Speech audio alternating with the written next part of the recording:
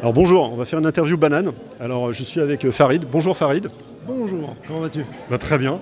Alors l'interview banane, en fait, c'est l'interview, la seule interview où on peut manger le micro à la fin de l'interview. Donc c'est pas mal. Alors Farid, j'ai vu ton écharpe, jaune banane. Alors il paraît que toi, tu fais des ruches en entreprise, c'est ça? Presque. En fait, je monitore des abeilles, Ouais. je monitore des ruches, effectivement, et parfois elles sont dans des entreprises. Mais les ruches, c'est dangereux, c'est plein d'animaux qui piquent, les abeilles, c'est pas bien, quoi. Bah, contrairement à ce qu'on pense, les abeilles, elles sont intéressées que par les fleurs, en fait. Ah bon, donc elles ont pas envie de me piquer, moi? Ah non, Parce qu'à chaque fois que je m'approche, moi j'ai droit à la piqûre. Hein. non, c'est que tu t'approches peut-être trop d'elles. Ah d'accord. Mais dans l'absolu, elles sont intéressées que par les fleurs. Ce qui va peut-être te poser problème, ça va être la guêpe. Quand tu D'accord. es sur un petit barbecue, parce qu'elles aiment bien manger la viande. Mais Mais- sinon, elles ne sont pas intéressées, les abeilles, par les humains. Mais alors toi, tu protèges les abeilles ou les guêpes ou plus large encore que ça? En fait, le sujet, c'est qu'on a décidé de prendre l'abeille comme bioindicateur, donc elle est représentative des autres pollinisateurs, finalement la guêpe et les autres.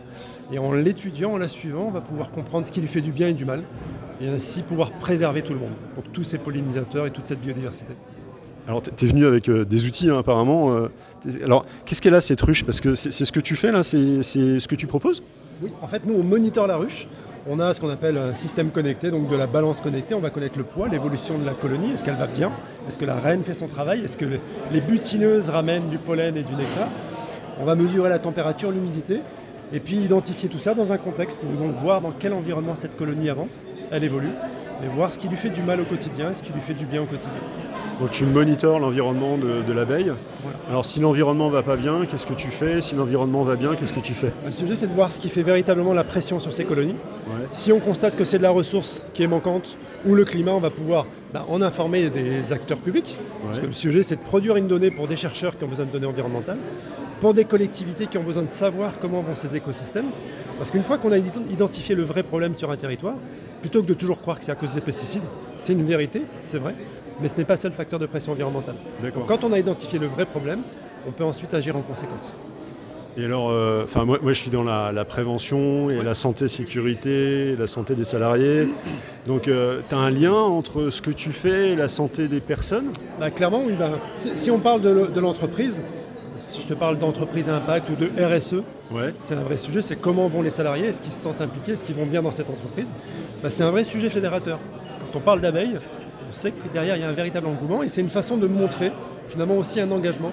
Parce que nous on propose à des entreprises soit de parrainer à distance des ruches, pas forcément besoin d'en installer, Ouais. ou de monitorer les ruches qu'elles ont déjà, parce que certaines entreprises ou structures en ont aussi, voire éventuellement d'en installer si c'est nécessaire, où on va pouvoir déplacer les ruches qui sont à proximité et les mettre dans l'entreprise. On va sensibiliser tout le monde, donner envie à ces salariés de dire voilà, j'ai aussi envie de faire ma part. Et l'entreprise contribue du coup à créer ou en tout cas à sensibiliser ses salariés à des petites actions, des petits gestes éco-responsables pour préserver la biodiversité. Ah, donc en fait, en préservant la biodiversité, l'humain se sent mieux, qui préserve la Et lui biodiversité, fait son action aussi. c'est un cycle. Que chacun puisse faire sa petite action. Donc, l'effet colibri, c'est véritablement ça. On peut tous faire au quotidien Quelque des chose. petites actions, mais il faut être sensibilisé à ça. Et nous, on invite les entreprises à se saisir du sujet, parce que l'État ne pourra jamais tout faire. Ouais. Il faut aussi que nous, on prenne notre part.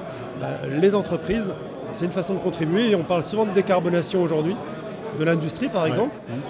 On nous parle toujours d'installer des panneaux solaires et de réduire. En fait, la décarbonation, c'est déjà préserver la biodiversité. Si on informe les gens à ce sujet-là, on va vouloir aller consommer local, parce que c'est une façon de contribuer aussi. Ouais. On va vouloir faire des petits éco-gestes au quotidien, pas besoin d'avoir un jardin. Ouais. La petite coupelle d'eau sur un rebord de fenêtre, Un balcon. un balcon, on a tous au moins une fenêtre. Rebord de Normalement, j'espère. Hein. fenêtre, j'espère aussi. La petite coupelle d'eau, ça permet à des pollinisateurs de se ressourcer aussi. D'accord. On boit de l'eau, ils boivent de l'eau, donc on a besoin effectivement de tous ces petits éco-gestes au quotidien.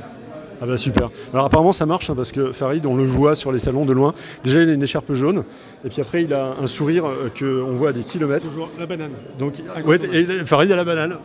Non mais c'est un vrai sujet, il faut avoir la banane. Merci Farid, merci moi qui te beaucoup pour remercie. cette interview. À très vite. Et puis à bientôt. Ah